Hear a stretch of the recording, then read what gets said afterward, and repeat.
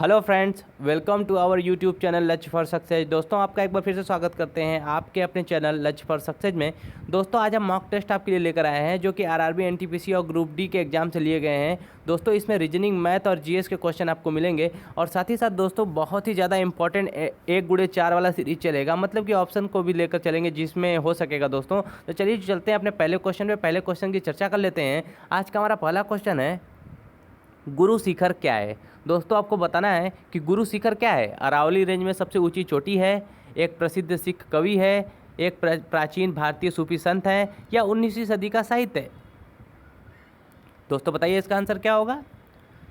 दोस्तों देखिए, गुरु शिखर जो है वह अरावली रेंज जो कि राजस्थान में पड़ता है, अरावली रेंज जो कि राजस्थान में पड़ता है, उसकी सबसे ऊंची चोटी है। वह उसकी ऊंचाई 1722 मीटर दोस्तों है, याद रखिएगा। और अरावली रेंज दोस्तों ये विश्व का सबसे पुरानी पर्वतों में इसको एक गिना जाता है, इसलिए याद ये भी रखिएगा साथ ही साथ कि अरावली रेंज जो है वो विश्व का सबसे पुराना पर्वत भी है। तो आ जाते हैं अपने आज के अगले क्वेश्चन पे। अगले क्वेश्चन की चर्चा कर लेते हैं। दोस्तों, हमारा आज का अगला क्वेश्चन है, रोशनी के लिए साधारण बल्ब की जगह एलईडी और सीएफएल उनकी जगह ले रहे हैं, किस वजह से ले रहे हैं। दोस्तों, आपको बताना है कि किस वजह से एलईडी और सीएफएल साधारण बल्ब की जगह ले रहे हैं। तो दोस्तों, पहले मैं तो बता दूं, इसका आंसर आप दीजिए, तब तक मैं आपको एलईडी और सीएफएल का फुल फॉर्म बता देता हूं। दोस्तों, एलईडी का जो फुल फॉर्म होता है वो होता है लाइट एमिटिंग डायोड। क्या होता है? Light emitting diode. और साथ ही साथ सीएफएल का जो फुल फॉर्म होता है वो होता है कॉम्पैक्ट फ्लोरोसेंट लैम्प। क्या होता है? Compact fluorescent lamp. दोस्तों देखिए, मैं बता दूं कि एलईडी और सीएफएल जो है वो साधारण बल्ब की जगह इसलिए प्रयोग किए जा रहे हैं क्योंकि इसमें ऊर्जा दक्षता होती है। क्या होती है? ऊर्जा दक्षता होती है। इसलिए इसका करेक्ट आंसर हो जाएगा ऑप्शन नंबर ए। ठीक है, ऊर्जा दक्षता की वजह से इसको प्रयोग किया जाता है, क्योंकि दोस्तों ये लाइट भी अधिक देते हैं और ऊर्जा भी खपत कम करते हैं। इसलिए ऊर्जा दक्षता की वजह से यहाँ पे साधारण बल्ब की जगह एलईडी और सीएफएल का यूज किया जाता है। आ जाते हैं अपने आज के अगले क्वेश्चन में। दोस्तों, आज का हमारा अगला क्वेश्चन है, तीसरा नंबर क्वेश्चन है। दोस्तों, निम्नलिखित में से किस में एथेनोइक एसिड होता है। तो दोस्तों, नींबू का रस में, या संतरे का रस, सफ़ेद सिरका, या टमाटर केचप। तो दोस्तों देखिए, इसका करेक्ट आंसर हो जाएगा ऑप्शन नंबर सी, सफ़ेद सिरका। क्योंकि दोस्तों देखिए, एथेनोइक एसिड को सफ़ेद सिरका भी कहा जाता है। जो इसका सूत्र होता है वो होता है CH3COOH। क्या होता है? CH3COOH होता है। ठीक है, ये होता है एथेनोइक एसिड या सफ़ेद सिरका। साथ ही साथ मैं बता दूं दोस्तों कि नींबू में जो है वो क्या पाया जाता है? वो साइट्रिक एसिड पाया जाता है, और साथ ही साथ संतरे में भी साइट्रिक एसिड पाया जाता है। लेकिन दोस्तों, टमाटर जो होता है उसमें लाइकोपिन पाया जाता है। क्या पाया जाता है? लाइकोपिन एसिड पाया जाता है। इसको याद रखिएगा। और साथ ही साथ इसको भी याद रखिएगा कि सफ़ेद सिरका किसको कहा जाता है? एथेनोइक एसिड को कहा जाता है। इसलिए इसका correct answer option number C हो जाएगा, सफ़ेद सिरका। ठीक है, आ जाते हैं अपने नेक्स्ट क्वेश्चन की चर्चा कर लेते हैं। देखिए दोस्तों, ये मैथ का आपके क्वेश्चन है। ऐसे क्वेश्चन को लगाने के लिए जल्दी जल्दी आप क्या कर सकते हैं। देखिए, यह क्वेश्चन है, दो भाइयों की आयु का अनुपात 5:8 है और उनकी आयु में अंतर 12 है। उनकी आयु ज्ञात करें। तो दोस्तों, आप बताइए ऐसे क्वेश्चन को आप कैसे करेंगे। देखिए दोस्तों, ऐसे क्वेश्चन करने के लिए सबसे आसान तरीका ये है कि आप पहले देख लें कि इनकी आयु का अनुपात क्या है। दोस्तों, इनके आयु का अनुपात जो है वो है 5:8। क्या है? 5:8। तो दोस्तों, इनके आयु में के अनुपात में कितना अंतर है? देखिए, 3 का अंतर है। कितने का अंतर है? 3, क्योंकि 8 जो है 5 से कितना अधिक है? 3 अधिक है। तो दोस्तों, ये बोल रहा है कि उनकी आयु में अंतर 12 है। आयु में अंतर कितना है? 3 नहीं है। कितना है? 12 है। तो दोस्तों, 3 से कितने गुना ज़्यादा है? 4 गुना ज़्यादा है। कितने गुना? 4 गुना। तो उसी तरह दोस्तों, यह भी 5 न होकर इससे 4 गुना ज़्यादा हो जाएगा। कितना हो जाएगा? 20 हो जाएगा। इसी तरह ये भी 8 न होकर इससे 4 गुना ज़्यादा 32 हो जाएगा। तो दोस्तों, यह भी पूछा है कि उनकी आयु ज्ञात करें, तो उनकी आयु 5 न होकर कितनी हो जाएगी? 4 गुना ज़्यादा 20 हो जाएगा। ठीक है, और 8 न होकर उनकी आयु 4 गुना ज़्यादा इधर 32 हो जाएगा। इसको याद रखिएगा। तो 20 और 32 किस ऑप्शन ने दिया है?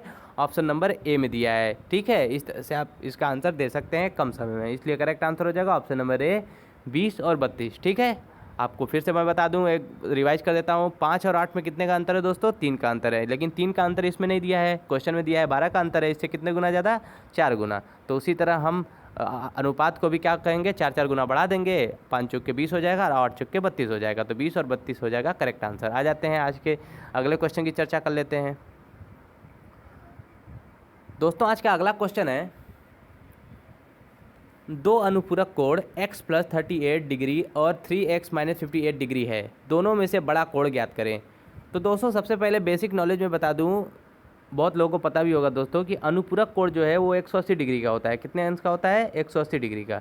ठीक है, तो दोस्तों सबसे पहले इसमें कैसे आप समीकरण बना सकते हैं? इसमें बना सकते हैं x प्लस 38 डिग्री, ठीक है, और उसके बाद plus 3x minus 58 equal to 180, ठीक है, 180 बना देंगे। इस तरह से आप बना सकते हैं, और x और x जोड़ देंगे तो कितना हो जाएगा? 4x, ठीक है, और फिर उसके बाद माइनस का चिन्ह बड़ा है तो माइनस लगा देंगे। माइनस 58 में से माइनस 38 कर देंगे तो बचेगा 20। कितना बचेगा? 20 बचेगा, ठीक है, बराबर हो जाएगा कितना? 180, ठीक है, 180 हो जाएगा। अब दोस्तों माइनस 20 को इधर लेके आएंगे तो 200 हो जाएगा ये 180 से, तो 4x बराबर 200 हो जाएगा। 4x बराबर 200 लिख लेते हैं, 4x बराबर 200 हो जाएगा ये, ठीक है। और x से अगर हम 4 से काट देते हैं 200 को तो कितने बार में कटेगा दोस्तों? 50, ठीक है, 50 बार में कटेगा, यानी x इक्वल टू कितना आ गया? 50 आ गया। इसको याद रखिएगा, 50 डिग्री आ गया। दोनों में से सबसे बड़ा कोण ज्ञात करना है। तो दोस्तों सबसे बड़ा कोण कौन है? सबसे बड़ा कोण ये है। तो यहाँ पे हम x का वैल्यू पुट अगर कर दें तो ऑप्शन जो होगा वो करेक्ट हो जाएगा। देखते हैं कौन सा ऑप्शन आता है पुट करने के बाद। 50, तो 50 अगर पुट कर दे दोस्तों इसमें 50 गुणे 3 हो जाएगा। क्यों? क्योंकि 3x है तो 50 गुणे 3 हो जाएगा, ठीक, माइनस 58 कर देते हैं तो 50 गुणे 3 कितना हो जाएगा? 150। और 150 में से अगर हम माइनस 150 में से माइनस 58 करते हैं तो कितना हो जाएगा दोस्तों? आप बताइए कितना होगा? अगर हम 10 में से 8 घटा देते हैं तो 2 बच जाएगा। और 2 कौन से ऑप्शन में दिया है? एक ही ऑप्शन में लास्ट में दिया है, 92। तो इसलिए करेक्ट आंसर हो जाएगा ऑप्शन नंबर सी, 92, ठीक है। सबसे बड़ा कोण कौन हो जाएगा? 92, याद रखिएगा। इस तरह से आप कर सकते हैं आसानी से इस क्वेश्चन को। आ जाते हैं अपने आज के अगले क्वेश्चन पे। अगले क्वेश्चन की चर्चा कर लेते हैं। दोस्तों देखिए यह क्वेश्चन आपके रीजनिंग का क्वेश्चन है। दी गई जोड़ी के समान रूप में रिश्ता दर्शाने वाले विकल्प का चयन करें। दोस्तों यह क्वेश्चन बहुत लोग नहीं कर पाए थे, एनटीपीसी में आया हुआ था दोस्तों, लेकिन आप करिएगा, आप आसानी से इस क्वेश्चन को कर सकते हैं अगर आप इसमें थोड़ा सा माइंड अगर लगा लेते हैं तो। देखिए स्फीयर जो है वो किसको कहा जाता है? सबसे पहले मैं बता दूं दोस्तों कि स्फीयर जो होता है, अगर इंग्लिश आपको नहीं आती तो थोड़ा इंग्लिश आप स्ट्रांग करिए, क्योंकि इंग्लिश बहुत ज़्यादा इंपॉर्टेंट है एग्जाम में। स्फीयर का हेमिस्फीयर से किया है कंपैरिजन। तो दोस्तों देखिए स्फीयर जो होता है वो पूरे गोलाकार स्थिति को कहा जाता है। हेमिस्फीयर जो होता है उसको बीच में काटने पर जो स्थिति बनती है उसको हेमिस्फीयर बोला जाता है, यानी आधा हिस्सा जो होता है वो हेमिस्फीयर कहलाता है, ठीक है। तो आधा हिस्सा बना गया तो वो हेमिस्फीयर कहलाता है। उसी तरह दोस्तों अगर ऑप्शन नंबर सी में हम देखें, हम क्या होता है स्क्वायर ले लेते हैं, स्क्वायर को हम पूरी तरह ले लें और स्क्वायर को बीच में से अगर हम काट देते हैं तो दोस्तों हमें क्या मिल जाता है? हमें मिल जाता है त्रिभुज, ठीक है, हमें क्या मिल जाता है? त्रिभुज, ठीक है। तो इसलिए त्रिभुज मिल जाता है। तो इस तरह से देखिए यहाँ भी हमें आधा पे मिला हेमिस्फीयर, यहाँ पे भी त्रिभुज मिल जा रहा है। तो इसलिए आधा अगर कर देते हैं तो कोई हमें क्या मिल जाएगा?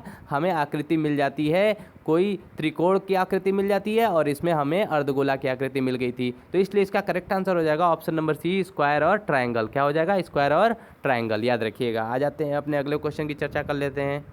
दोस्तों आज का हमारा अगला नंबर क्वेश्चन है, भारत एक गणतंत्र है, गणतंत्र का मतलब क्या है? दोस्तों बताइए, भारत एक रिपब्लिक है, रिपब्लिक का मतलब क्या है? रिपब्लिक डे हम 26 जनवरी को मनाते हैं, इसका मतलब क्या है दोस्तों? देखिए शासक राजा या रानी होती है, ऑप्शन नंबर ए में दिया है। शासक राजा या रानी का सीधा वंशज होता है, या राज्य का प्रमुख उसके लोगों द्वारा परोक्ष रूप से चुना जाता है, या ऑप्शन नंबर डी है वह दिन जब भारत स्वतंत्र हुआ। तो दोस्तों देखिए ए, बी और डी ऑप्शन जो है वो गलत दिया हुआ है, जो कि इसमें सी ऑप्शन है, राज्य का प्रमुख जो है वो लोगों द्वारा परोक्ष रूप से चुना जाता है, इसीलिए भारत एक गणतंत्र है। क्योंकि दोस्तों भारत में जो है वो कोई भी राजा या रानी नहीं होता, और यहाँ पे वंशानुगति शासन नहीं चलता, वंश के आधार पर जो है शासन नहीं चलता। तो इसलिए इसका करेक्ट आंसर हो जाएगा ऑप्शन नंबर सी, राज्य का जो प्रमुख होता है वो लोगों द्वारा परोक्ष रूप से चुना जाता है, इसीलिए जो है वो क्या हो जाता है? वो हमारा गणतंत्र हो जाता है, याद रखिएगा। इसी को हम रिपब्लिक कहते हैं इंग्लिश में। आ जाते हैं अपने नेक्स्ट क्वेश्चन पे, नेक्स्ट क्वेश्चन की चर्चा कर लेते हैं। दोस्तों आज का हमारा अगला क्वेश्चन है, अव्यवस्थित अक्षरों को पुनर्व्यवस्थित कर एक सार्थक शब्द बनाएं और फिर उनमें से एक जो अलग है उसका चयन करें। दोस्तों इसमें आप क्या करना है, आपको पुनर्व्यवस्थित करना है, यानी रीअरेंज करना है इन शब्दों को, और उनमें से शब्द बना करके एक सबसे अलग मिलेगा उसी को अलग करना है। तो ऐसे क्वेश्चन को करने के लिए सबसे पहले मैं बता दूं दोस्तों कि इसमें कोई ना कोई जो ग्रुप बन रहा होगा, तीन ABC या ABD, कोई भी 3 का ग्रुप बन रहा होगा, वो किसी न किसी चीज़ से संबंधित होगा। इस बात को ये ध्यान दीजिएगा ऐसे क्वेश्चन को करने के लिए। चलिए देखते हैं पहले वाले ऑप्शन में क्या है। अगर दोस्तों हम इनको अगर रीअरेंज करते हैं तो ऐसे हम क्या बना सकते हैं, एम पहले ले लेते हैं, फिर उसके बाद O ले लेते हैं, फिर N ले लेते हैं, फिर D ले लेते हैं, फिर A ले लेते हैं, फिर Y ले लेते हैं। तो इससे दोस्तों हमें दिन पता चला कि मंडे जो है वो A वाले ऑप्शन से बन जा रहा है। इसका मतलब ये है दोस्तों कि कोई ना कोई दिन ये चारों में से, अब B C D, अब तीनों ऑप्शनों में से कोई ना कोई दिन जरूर बनता हो रहा होगा तीनों, तो और एक जो होगा वो दिन नहीं बन रहा होगा, इसीलिए वही हमारा आंसर हो जाएगा। पहले देखते हैं A वाले ऑप्शन तो नहीं होगा क्योंकि मंडे बन रहा है, और देखते हैं दूसरे वाले B वाले ऑप्शन में कौन सा दिन बन रहा है। दूसरे वाले ऑप्शन पर अगर ध्यान दें दोस्तों तो T पहले है, फिर U है, फिर E है, फिर S दिया हुआ है, फिर D दिया हुआ है, फिर A है, फिर Y है। दोस्तों देखें तो ट्यूसडे बन जाएगा हमारा B वाले ऑप्शन से। और C वाले ऑप्शन में अगर दोस्तों देखें तो C वाले ऑप्शन में ऐसे ही देखेंगे तो फ्राइडे बन जाएगा। इसलिए हमारा A, B और C तीनों ऑप्शन दोस्तों वो दिनों का नाम है। जबकि अगर हम D देखें तो दोस्तों D से हम हॉलीडे बना सकते हैं, D से हॉलीडे बना सकते हैं, ये कोई दिन का नाम नहीं है। इसलिए दोस्तों हॉलीडे सबसे अलग हो जाएगा। इसलिए हमारा कन्फर्म और करेक्ट जो आंसर होगा वो होगा ऑप्शन नंबर D। ठीक है, ये हमारा आंसर हो जाएगा। चलिए आ जाते हैं आज के अगले क्वेश्चन की चर्चा कर लेते हैं। दोस्तों आज का हमारा अगला क्वेश्चन है, जब मैं अपने फार्म हाउस पर अकेला जाता हूं तो मैं 80 किलोमीटर घंटा की गति से बिना रुके अपनी कार चलाता हूं, लेकिन जब मैं अपने परिवार के साथ यात्रा करता हूं तो मैं ठहराव के साथ 60 किलोमीटर प्रति घंटा की गति से ही समान दूरी तय करता हूं। प्रत्येक घंटे में कितनी देर का ठहराव है। दोस्तों ऐसे क्वेश्चन करने के लिए आपको भले ही क्वेश्चन बहुत ही ज़्यादा कठिन लग रहा हो, लेकिन दोस्तों ऐसा क्वेश्चन बहुत ही आसान होते हैं, और आपको आसानी से कैसे मैं करने के लिए बता देता हूं। दोस्तों इसको क्वेश्चन को करने के लिए मैं पहले आपको स्क्रॉल करता हूं, नीचे लेके जाता हूं ताकि मैं खाली पेज में मिल सके और उस पर सॉल्व कर सकूं। दोस्तों देखिए, सबसे पहले ऐसे क्वेश्चन को करने के लिए आप क्या करेंगे, दोनों जो आपकी चाल दी गई है उसका अंतर निकाल लेंगे। अंतर कितना है चाल का, 20 है। कितना है, 20 है। इसको ध्यान दीजिएगा, अंतर कितना है, 20 है। और जो चाल में परिवर्तन नहीं हुआ है, जो मतलब ठहराव के साथ जो गति नहीं है, जो बिना ठहराव के गति है, वो हम उसको नीचे रख देंगे। और देखिए किस तरह से होगा, चलिए देखते हैं। नीचे पहले हम स्क्रॉल कर लेते हैं। तो हमारे दोस्तों अंतर कितना था, अंतर 20 का था, और बिना ठहराव की जो गति थी आप देख लीजिएगा क्वेश्चन में, वो 80 थी। बिना रुके जो स्पीड थी वो नीचे रख लेंगे। तो दोस्तों ऐसे क्वेश्चन करने के लिए क्या करेंगे, पहले अंतर जो होगा वो ऊपर रख लेंगे, और बिना ठहराव किए गए जो हमारी स्पीड होगी उसको नीचे रख लेंगे। फिर उसको क्या कर देंगे, काट देंगे। तो हो जाएगा 20, 20 चौके 80। ठीक है, 1/4 हो जाएगा। ये 1/4 कितने आया है, घंटे में आया है। अगर हम इसको मिनट में बदल दें तो 60 से हमें मल्टीप्लाई करना होगा तो क्या हो जाएगा, 15 हो जाएगा। 15 चौके 60। तो इसलिए इसका करेक्ट आंसर क्या हो जाएगा, 15 मिनट होगा। तो इसलिए दोस्तों इसका करेक्ट आंसर हो जाएगा ऑप्शन नंबर C, 15 मिनट। याद रखिएगा दोस्तों। तो ऐसे क्वेश्चन करने के लिए आप ट्रिक यूज करिएगा ताकि आप आसानी से क्वेश्चन को कर सकें। ठीक है दोस्तों, फिर से मैं क्वेश्चन आपको दिखा दे रहा हूँ, इस तरह से आप आसानी से कर लीजिएगा। आ जाते हैं अपने अगले क्वेश्चन की चर्चा कर लेते हैं। देखिए दोस्तों, आज का हमारा अगला क्वेश्चन है, तमिलनाडु और श्रीलंका में सामान्यतः बोली जाने वाली भाषा कौन सी है। तो दोस्तों बताइए, तमिलनाडु और श्रीलंका में सामान्यतः कौन सी भाषा बोली जाती है, तमिल, सिंहलीज, तेलुगु या कन्नड़। दोस्तों देखिए, तमिलनाडु और श्रीलंका में मुख्य रूप से तमिल भाषा बोली जाती है, इसलिए इसका करेक्ट आंसर हो जाएगा ऑप्शन नंबर A, तमिल। दोस्तों तमिल और सिंहलीज दोनों ये श्रीलंका में रहते हैं, लेकिन यहाँ तमिलनाडु भी दिया है, इसलिए श्रीलंका में और तमिलनाडु में दोनों तमिल भाषा बोली जाती है। दोस्तों तेलुगु जो भाषा बोली जाती है वो आंध्र प्रदेश में बोली जाती है। कहाँ बोली जाती है, आंध्र प्रदेश में, याद रखिएगा। और साथ ही साथ मैं बता दूँ, कन्नड़ जो दोस्तों भाषा है वो कहाँ बोली जाती है, बेंगलुरु के, कर्नाटक के बेंगलुरु में बहुत ज़्यादा बोली जाती है। कर्नाटक में खासकर बहुत ज़्यादा बोली जाती है, इसको याद रखिएगा। कहाँ बोली जाती है, कर्नाटक में। ठीक है, और साथ ही साथ में दोस्तों सिंहलीज तो मैंने बता ही दिया, सिंहलीज कहाँ बोली जाती है, श्रीलंका में। और श्रीलंका का राजधानी क्या है, जयवर्धनेपुरा कोट्टे। ठीक है, कोलंबो अब राजधानी बदल गई है। ठीक है, आ जाते हैं अपने नेक्स्ट क्वेश्चन की चर्चा कर लेते हैं। दोस्तों आज का हमारा अगला नंबर क्वेश्चन है, एक प्रमुख टेक्टोनिक प्लेट, भारतीय प्लेट जहाँ भारत स्थित है, किस प्राचीन महाद्वीप से अलग होती है। दोस्तों बताइए कौन से महाद्वीप से अलग होती है, रोडिनिया से, पैनोसिया से, पैनगेई से या गोंडवाना लैंड से। दोस्तों देखिए, एक सिद्धांत दिया गया जिसको प्लेट टेक्टोनिक सिद्धांत कहा गया कि पृथ्वी पर जो है वो क्या थे, पहले जल एक तरफ था और एक तरफ पूरी जो है वो क्या फैली हुई थी, वो धरातल फैला हुआ था। उसके चारों तरफ क्या हुआ, बल लगा हुआ था। इसके बल के तहत क्या हुआ, प्लेट टेक्टोनिक थ्योरी के अंतर्गत यह बताया गया कि जो पृथ्वी का जो भू धरातल था यानी धरातल का हिस्सा था, पैंजिया था, वो दो हिस्सों में बढ़ गया। कितने हिस्सों में बढ़ गया, दो हिस्सों में। तो इसीलिए ऊपर वाला जो हिस्सा जाना गया वो जाना गया अंगारा लैंड के रूप में, और जो नीचे वाला हिस्सा था वो जाना गया गोंडवाना लैंड के अंश में। तो याद रखिएगा, इस तरह से महाद्वीप जो है वो बहुत सारे 7 महाद्वीप इसी तरह निर्माण हुए, लेकिन मुख्य रूप से पहले 2 भूभाग का निर्माण हुआ था। ऊपर वाले भाग को अंगारा लैंड कहा जाता था और नीचे वाले भाग को गोंडवाना लैंड कहा जाता था। तो दोस्तों भारत जो है वो गोंडवाना लैंड का हिस्सा है। किसका हिस्सा है, गोंडवाना लैंड का। और आप चीन और रसिया की बात करें तो वो जो दोस्तों वो अंगारा लैंड का हिस्सा है। तो इसलिए इसका करेक्ट आंसर हो जाएगा option number D, Gondwana land. दोस्तों याद रखिएगा, ये बहुत ज़्यादा इंपॉर्टेंट क्वेश्चन है। और दोस्तों साथ ही साथ मैं ये भी बता दूं कि प्लेट टेक्टोनिक जो थ्योरी दी गई थी वो हैरी हेंस द्वारा दी गई थी। किसके द्वारा दी गई थी, हैरी हेंस, ठीक है। और इसको एक्सप्लेन किया था मॉर्गन ने, ठीक है। आ जाते हैं अगले क्वेश्चन की चर्चा कर लेते हैं। दोस्तों आज का हमारा अगला क्वेश्चन है, बृहदेश्वरा मंदिर किस प्रकार की सामग्री से बनाया गया है। बताइए दोस्तों, कौन सी सामग्री से बनाया गया था प्राचीन भारत में। ये दोस्तों दक्षिण भारत की एक महत्वपूर्ण मंदिर है। साबुन से, ग्रेनाइट से, बलुआ पत्थर से या संगमरमर से। दोस्तों साबुन से, ये तो बहुत ही हास्यास्पद है कि साबुन इसमें ऑप्शन दिया है, लेकिन फिर भी मैं बता दूं दोस्तों कि ये जो है ग्रेनाइट से बनाया गया है। इसका करेक्ट आंसर हो जाएगा ऑप्शन नंबर बी, ग्रेनाइट से। और साथ ही साथ दोस्तों मैं बता दूं कि बृहदेश्वरा मंदिर जो है वो तमिलनाडु के तंजौर में है, ठीक है। तमिलनाडु में स्थित है बृहदेश्वर मंदिर। बृहदेश्वर स्वामी मंदिर जो है वो ग्रेनाइट से बनने वाला मंदिर है। और साथ ही साथ ये दुनिया का दोस्तों ये पहला मंदिर है जो ग्रेनाइट से बना हुआ है। आ जाते हैं अपने नेक्स्ट क्वेश्चन की चर्चा कर लेते हैं।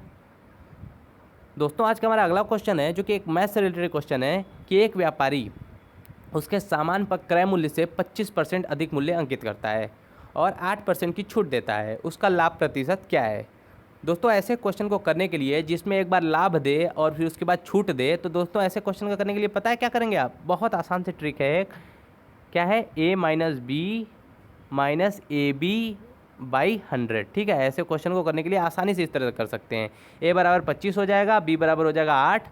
तो अगर 25 में से 8 घटाएंगे तो क्या हो जाएगा, 25 में से अगर 8 घटा देते हैं तो 17 हो जाएगा। कितना हो जाएगा, 17, ठीक है। और फिर उसके बाद माइनस कर देते हैं, ए बी का गुणा कर दीजिए, 25 वाटे कितना हो जाएगा, 200 हो जाएगा। 25 वाटे 200, ठीक है। और 200 बटे अगर 100 को काट देते हैं तो फिर से हम लिख देते हैं 17 माइनस 200 बटे में कितना, 100 है, ठीक है। और 100 को अगर काट देते हैं 200 में तो कितने बार में कटेगा, 2 बार में कटेगा, ठीक है। तो 17 माइनस 2 तो कितना आ जाएगा आंसर, 15। तो 15% दोस्तों जो है उसका लाभ प्रतिशत रह जाएगा, इसलिए करेक्ट आंसर हो जाएगा ऑप्शन नंबर बी, 15%, ठीक है। याद रखिएगा ऐसे क्वेश्चन को करने के लिए सबसे आसान ट्रिक यही है दोस्तों कि a minus B minus A B by 100।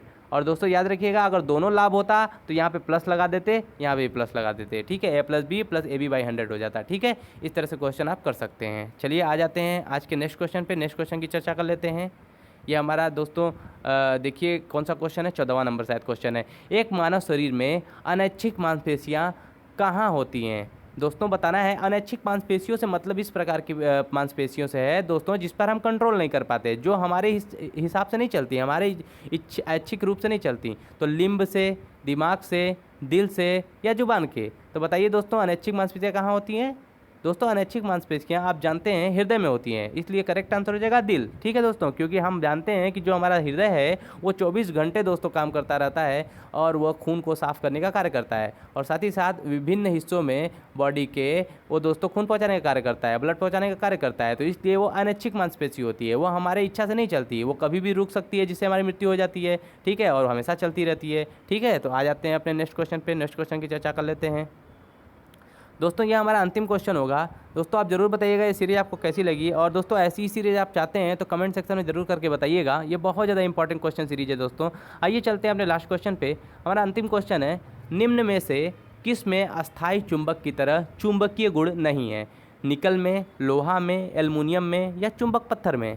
तो दोस्तों देखिए जो चुंबक पत्थर होता है, मैग्नेटिक स्टोन होता है, उसमें चुंबकीय गुण नहीं होता है, इसलिए इसका करेक्ट आंसर हो जाएगा ऑप्शन नंबर डी। साथ ही साथ मैं बता दूं कि निकिल, लोहा और एल्युमिनियम ये तीनों में दोस्तों चुंबकीय गुण होता है, क्योंकि इसमें दोस्तों स्टील के मिलाने की वजह से अस्थायी चुंबक का निर्माण होता है। स्टील के मिलाने की वजह से, किसके मिलाने की वजह से? स्टील के मिलाने की वजह से अस्थायी चुंबक का निर्माण होता है, इसलिए इसका करेक्ट आंसर हो जाएगा ऑप्शन नंबर डी। तो दोस्तों आपको सीरीज कैसी लगी ज़रूर आप कमेंट सेक्शन में कमेंट करके बताइएगा। ठीक है दोस्तों, तब तक के लिए मिलते हैं अगले वीडियो में। धन्यवाद।